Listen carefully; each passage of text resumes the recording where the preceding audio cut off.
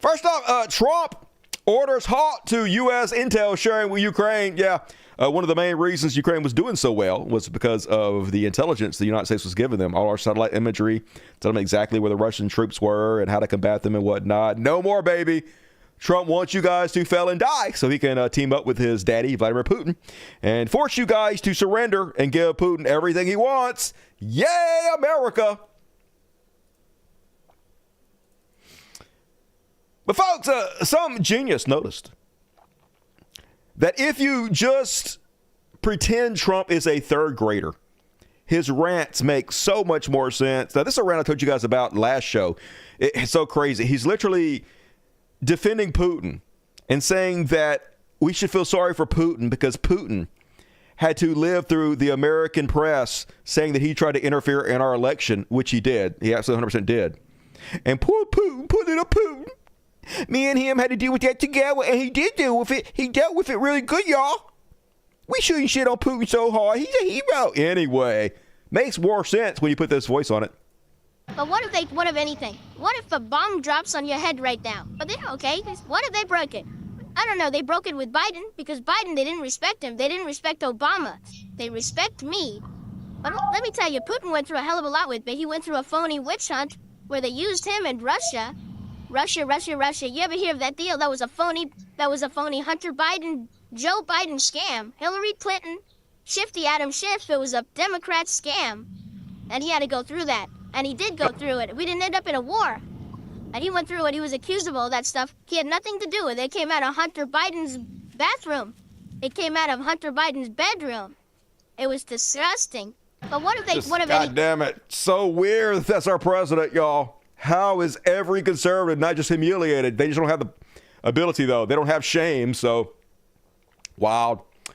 And then the White House wants an explicit public apology from Zelensky.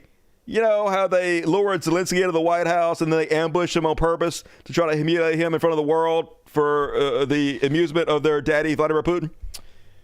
I have been told by a senior official here that nothing is going to happen with this minerals deal until Zelensky goes in front of cameras and makes an explicit public apology for the way he behaved in the Oval Office. With that meeting, he was literally as professional, as courteous as he could possibly fucking be. Talking to a bunch of ridiculous children. I just showed you exactly what Trump said while he was sitting next to Zelensky. But now they want him to prostrate himself, to flagellate himself in front of the glorious leader. Because complete submission is the only thing that is accepted by these goddamn goofs. And this was Zelensky's POV during the altercation. Respect, says the made-up ridiculous clown. There's a Marjorie Taylor Queen's boyfriend in the background. Imagine being Zelensky and had to sit through this. Just beyond fucking stupidity. And then there's a lot of memes making fun of the whole "why aren't you wearing a suit" thing. This was pretty good. Why aren't you wearing a clown nose? Yeah, it says the cabal of clowns. I'll wear a clown nose after the war. And there's this one. Why don't you wear a suit? Say the cockroaches. And my favorite is this one. Why are you wearing a kid? Yeah, aren't you worried somebody's going to shoot you in the face? You should be wearing a little one-year-old kid around your shoulders at all times to make sure they don't shoot you. You're the crazy one. Just so weird. They're so weird. But heroes, folks, after the shameful behavior of J.D. Vance towards hero Vladimir Zelensky, protesters welcome J.D. Vance to his ski weekend in Vermont. Apparently, he had to cancel and go to an undisclosed location because he's a cowardly sack of shit. And get all up in his ass. They're going to make this illegal, folks. This is why they want to make protesting illegal. You're not allowed to protest them. They're going to put you in jail for it. And then, speaking of having no shame whatsoever, J.D. Vance claims that he was trying to defuse the Zelensky meeting. J.D. Vance, who attacked Zelensky for no fucking reason. They had acted like childish bullies. I was just trying to defuse it, y'all. It was Zelensky. He came in all mad and he was being mean to us. And I was just trying to defend it, y'all. I was just trying to defuse it. Zelensky was saying things that I thought were untrue. The president just tried to be diplomatic. And then, when it really went off the rails, of course, is when a Polish journalist asked a question, then a president answered it, and then I answered it. And then something about my answer just really set Zelensky off. So then came at me, and then I went back at him. And what I tried to do originally was actually try to diffuse the situation a little bit. There was a lack of respect. There was a certain sense of entitlement, yeah, from you guys, but we all saw it. We all saw what happened. But in every dystopia, you have to believe the glorious leaders instead of what you see with your own eyes. How dedicated are you to the cult? How willing are you to follow whatever they say and do? You have to prove your loyalty by believing them over your own fucking eyes. And that's where we're at, folks. That's what level of 1984 we have reached in this country. And yeah, when you haven't lied about Ukraine and Zelensky for 2 minutes, about to have an aneurysm, somehow looks better, foaming at the mouth, though, like he usually does. And then remember, folks, Shady Vance, his big argument against Zelensky is, have you ever even thanked the United States? Have you ever even once thanked us, Zelensky, for all we've done for you? In fact, he started the meeting with them, thanking them, right to their fucking face. But over on CNN, they're playing a montage of him thanking America to Marco Rubio. I wonder if it's going to have any effect on Marco Rubio at all. Vice President Vance was criticizing Zelensky for not saying thank you specifically during that meeting, those 40 to 50 minutes that we were in the Oval Office. But certainly, you know very well, Secretary Rubio, your time as a senator here in Washington, that whenever Zelensky has come to Washington before, he has very much expressed that kind of gratitude. Just listen to this. Thank you for both financial packages you have already provided us. Really, all my appreciations from my heart, from the heart of Ukrainians, all Ukrainians. So what can I say to American people in English? My English is poor. To say all my messages and all my thanks to you. And thank you very much for supporting us, our people. Thank you, United States. Thank you, America. Ukraine is grateful to the United States for its overwhelming support. Do you think you can make the argument that he hasn't said thank you? Well, I think the vice president said he hadn't said it today. He hadn't said it today. That was important, even though he did. He literally opened the meeting with thanking them. But it doesn't matter, folks. Facts, reality have no bearing on what is happening right now. They will defend the indefensible. And if you want more proof of why people hate politicians, why everybody is completely dispirited with American politics. So we know Marco Rubio was in the room as they ambushed Zelensky. We know he now works for the Trump administration, helping push their anti-Ukraine ideas, helping them shit on Zelensky and Ukraine every step of the way.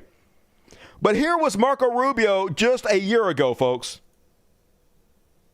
When the Soviet Union fell in the early 1990s, Ukraine was left with the world's third largest stockpile of tactical nuclear weapons and strategic nuclear weapons on the planet. But they signed this agreement with the United States, the United Kingdom, and Russia that basically said, if you give up your nuclear weapons, we, these 3 countries that signed to this, will provide for your defense and assure you of your defense. And so Ukraine did that. Right. They gave up these weapons. Well, now, this was signed in 1994. 20 years later, one of the 3 countries that signed that agreement hasn't just not provided for their defense, they actually invaded them.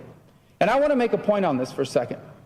Think about if you're one of these other countries around the world right now that feels threatened by your neighbors. And the United States and the rest of the world are going to you and saying, listen, don't develop nuclear weapons. Don't develop nuclear weapons, South Korea. Right. Don't develop nuclear weapons, Japan. Don't develop nuclear weapons, Saudi Arabia. We will protect you. We will watch out for you. What kind of lesson do you think this instance sends to them? I know, right? I think the message this is sending to many nations around the world is perhaps we can no longer count on the security promises made by the free world. Perhaps we need to start looking out for ourselves. Yeah. And that's why the Ukrainian situation is so much more important than simply what's happening in Europe. This has implications around the world. Yeah, exactly. And now you're part of it. Now you're doing exactly the opposite of everything you once pretend to believe. The perfect example of everything wrong with politics today. Look at this guy sinking into his couch as he's a part of this fucking bullshit. Set out everything he ever claimed to believe in. No morals, no backbone, no integrity. And the poster boy of no backbone, no integrity, Lady G, Lindsey Graham. And folks, this is hard to believe, but it's true. This is literally 2 weeks apart. I want to tell you and your people, you're the Yeah, let me try it again. 2 weeks apart. I want to tell you and your people, you're the ally I've been hoping for all my life. Not one American has died defending Ukraine. You've taken our weapons and you've kicked their ass. And I'm very proud to have you as our ally. And I don't know if we can ever do business with Zelensky again. I think most Americans saw a guy that they would not want to go in business with.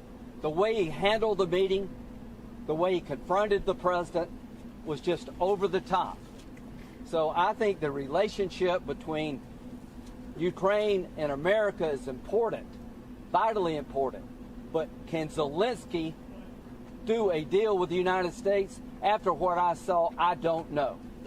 Yep. You're the ally I always dreamed of. 2 weeks later, oh my God, my daddy don't like you no more, so you can just die, Zelensky. Just fuck everything about this country. What worthless scumbags we are. No country should ever trust us, right? Why would they? We literally have no honor in this country. Our word means fucking nothing. Why would anybody make a deal with us in good faith anymore? And here's Tuberville. Want you guys to know that, hey, Zelensky, the president of Ukraine, has no say in what happens in his own country. That's for Russia and the United States to decide, baby. Zelensky, for some reason, wants this war to keep going. And he has been, I guess, brainwashed by the globalist socialist group in Europe, and even some over here, that, hey, just keep this thing going. We'll keep funneling money to you. But they couldn't be more wrong. President Trump is tired of people dying, our American taxpayer dollars going over there. And so he'll try to get this finished. But Zelensky's going to play hardball. But you know what?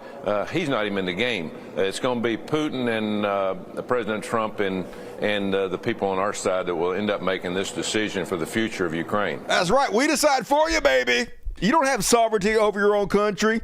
We're America. We rule the entire fucking world. Who do you think you are? Thinking you can decide what happens in your own country. You must be out of your mind. America, fuck yeah. So this hit me in my heartstrings, y'all. Here's a short video that went viral of an American veteran who has a word for both Trump and Zelensky.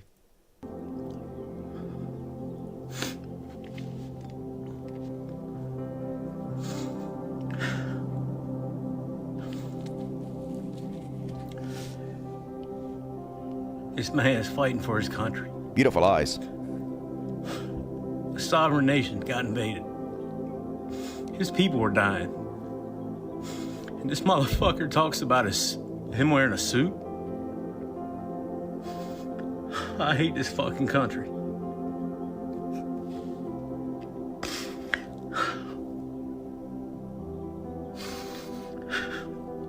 I've never in my life felt like I do right now.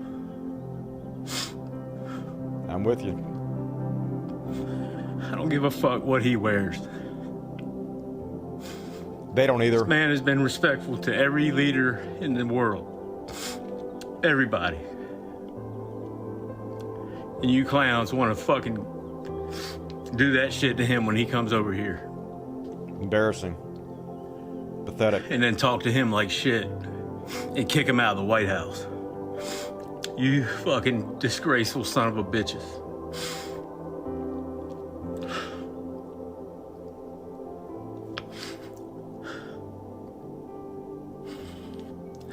Man, I just want to be next to Zelensky right now.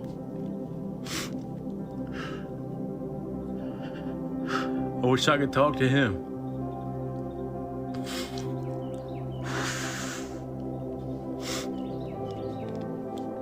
Forgive us. We don't deserve it. We don't deserve forgiveness. God damn, man. I can't. I'm sorry, y'all. Yeah, I'm with you, man.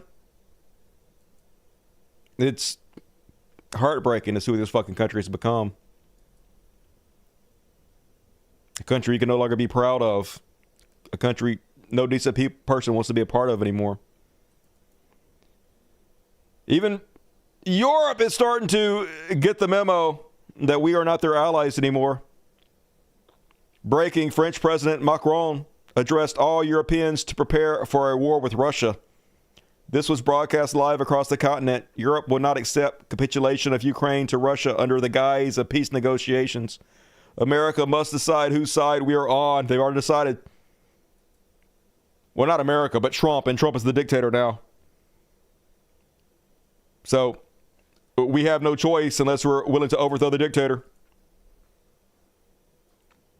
This is what we've become. Just a sad husk of the former country used to be. But America chose suicide, so time to die, baby.